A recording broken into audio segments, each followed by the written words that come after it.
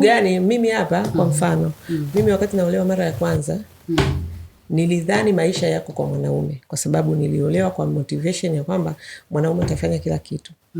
Dada Caroline, karibu sana na hongera sana kwa kupata hii chance ya kazi ya Mikocheni. Asante. Una rangi nzuri. Asante, namshukuru Mungu. Nakupongeza kwamba hujashawishika kuharibu rangi yako. Na sikuoni kama una mpango. Hongera kwa hilo. Sina mpango, for sure. Yani unaonekana tu kwa energy yako yani. Yani unajipenda na umeikubali rangi yako na ni nzuri, ni adimu sana. Hongera sana. Asante. So karibu, uliomba hii kazi ya Mikocheni. Wewe unaishi wapi? Mimi naishi Kibo. Kibo ni wapi? Kibo nje ya Kimara. Nje ya Kimara. Okay. Unapanda gari ngapi kufika Mikocheni? Ni gari mbili. Gari mbili? Sasa utabakiwa na nini? Maana kazi yenyewe hii mshahara wake 200,000. Halafu unapanda gari mbili. Mara nyingi huwa tunawashauri watu walioko majirani, ndio tunaona kama wangeweza kusave. Upande gari moja au ikiwezekana wewe unatembea. Sasa imekuwaje wewe, yani gari mbili utaweza kweli? Nafikiri ni mtazamo pia. Japokuwa ndio inaonekana ni mbali. Na mimi nilipoona nikasema naweza nikafanya kitu kwa kila muda ambao nimejipangia mimi. Ndio. Okay. Kwa hiyo sidhani kama atakuwa na umbali kiasi hicho ambacho unafikiri. Okay. Ndio. Una matarajio gani? Matarajio ya kwangu, kuna vitu ambavyo nimejipangia mimi kama mimi. Kwa hiyo ndio maana nikasema niombe kazi hiyo. Kwa muda ambao nimejipangia mimi mwenyewe, ninaamini kabisa vile vitu ambavyo nimevipanga mimi kama mimi, kuinuka mimi kama mimi, kusimama kama mimi, kujishikilia, nafikiri itakuwa ni nafasi nzuri ya kuanza. Ndio. Una familia? Familia ninayo. Kwa maana ya kuolewa, kuwa na mume na watoto. Yani yoyote ulionayo ni ipi? Una ya wazazi, ya mume na watoto? Una watoto peke yake? Nina watoto. Ni single mother. Watoto wangapi? Nina watoto 4. 4. Baba yao yuko wapi? Baba yao yupo.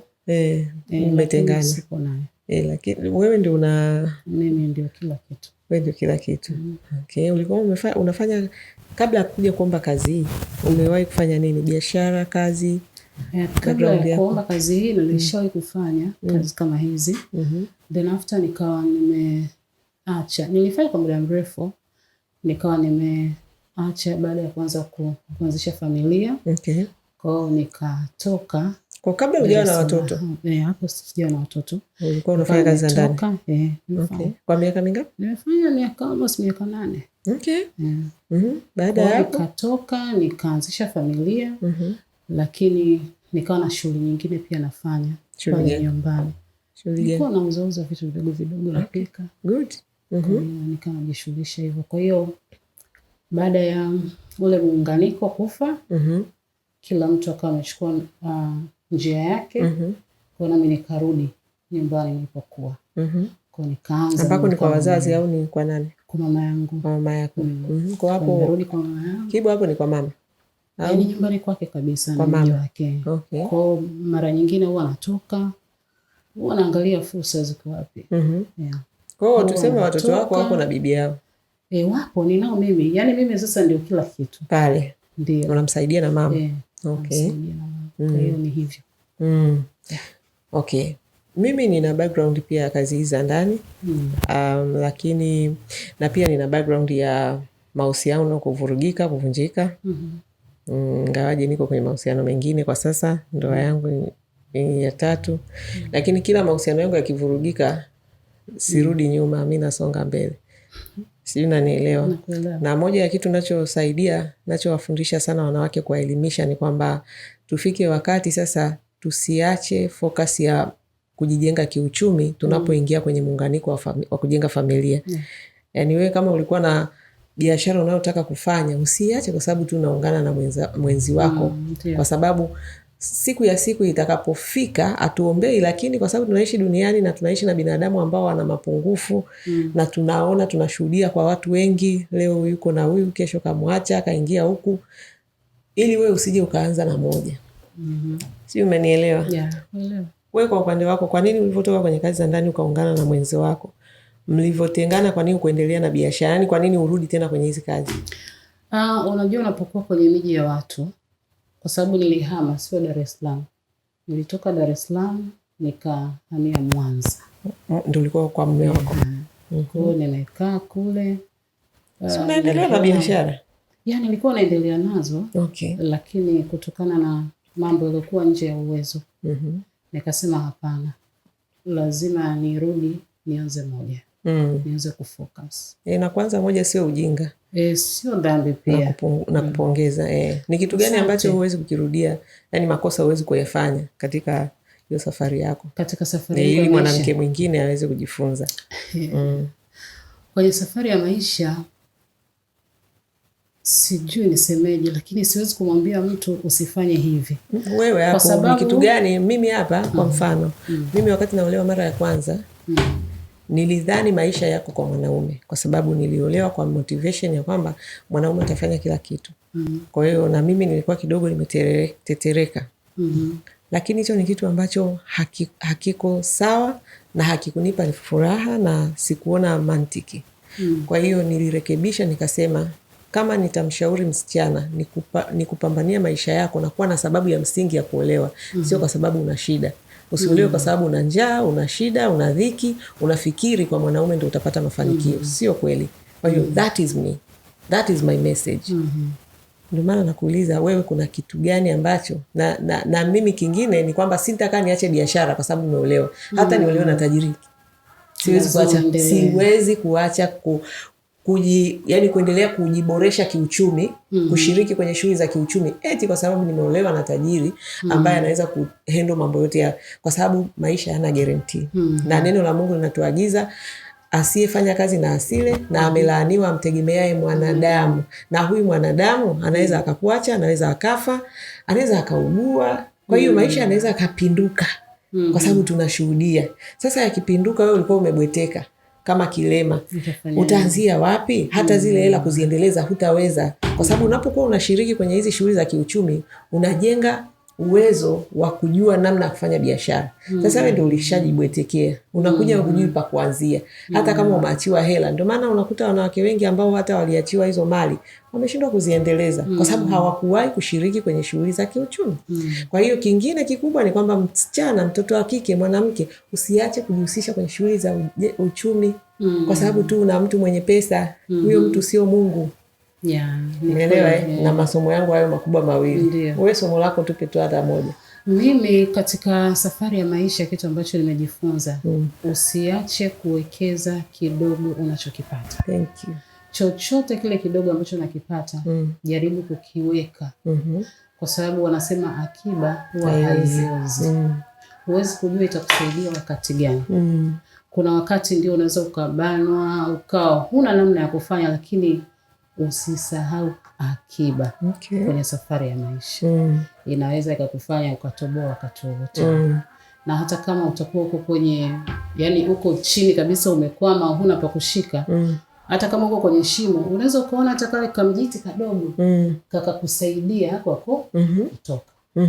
Kwa hiyo akiba, nafikiri pia ndio maana uko hapa. Kwamba hujajisikia vibaya kurudi kwenye hizi kazi. Umekuja kuomba kazi ambayo mimi nashangaa kwamba mbona unakaa mbali afu mshahara wenyewe ni mdogo. Utasevu kweli? Utapata chochote kweli?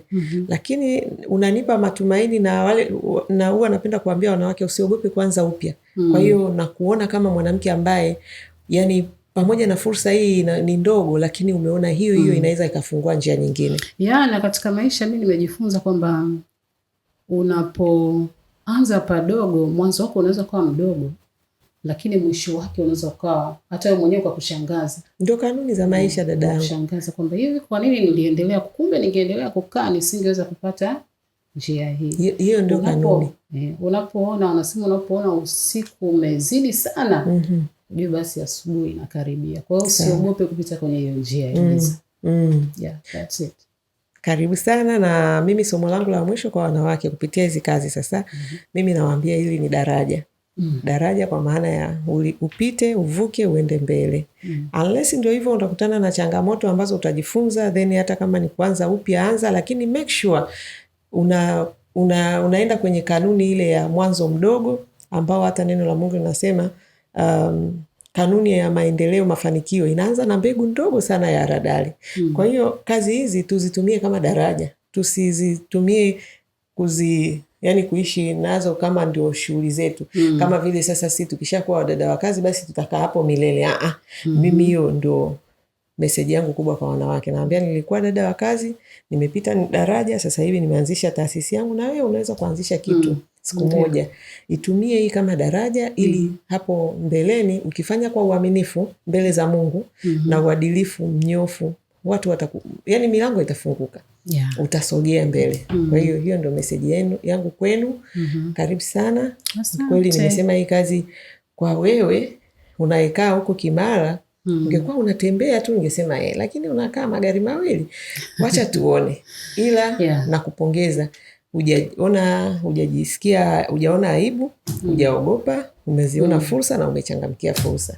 Karibu sana. Na kwa ninavyokuona, sisi tuna huu mwongozo ambao tumeutengeneza kwa ajili yenu, kuwasaidia muweze kwenda kwenye level za smart na professional. Smart wanalipa 300,000, professional wanalipa 500,000.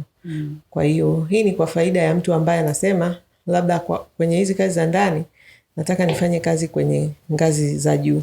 Kwa hiyo ukifanya hapo, ukiwa unafanya kwa kufuata miongozo tuliowawekea, kwa sababu huu sio sisi tumeweka, tumekusanya mahitaji ya mabosi zenu. Unaweza ukaenda pale mdada wa 200,000 lakini bosi wako akaona mbona hii sio 200,000, hichi kitu ni cha kulipa milioni, kulingana na value utakayoitoa. Sasa value utakayoitoa sijui kama unajua, lakini sisi tunajua kutokana na uzoefu tulionao. Miaka 15 tunadili na hao watu wanaohitaji wasaidizi, wanaohitaji wafanya kazi. Kwa hiyo tumewatengeneza mwongozo ambao mtu ambaye anajielewa na anajua anapotaka kwenda, anataka asiwe mtu wa kawaida, atoe thamani zaidi, alipwe zaidi, basi umsaidie aweze kutoa thamani kubwa na aweze kulipwa vizuri. Kwa hiyo hicho uende umekiweka kichwani, ili kama unataka kutoa value na kuwa dada wa 500,000, sisi sio lazima uwe umeenda una cheti. Kuna watu hapa wanapata hizo kazi kwa sababu wanafanya zile kazi vile zinavyotakiwa kufanyika. Yani kila kitu kipo jinsi zinavyotakiwa kufanyika, ndio hivyo. Hapa hii inaelezea bosi anataka ufanyaje kazi zake. Ukiweza kufanya kwa level hii, wewe unaenda kwenye professional. Kwa hiyo nafikiri hicho kitu uende ukikifikiria.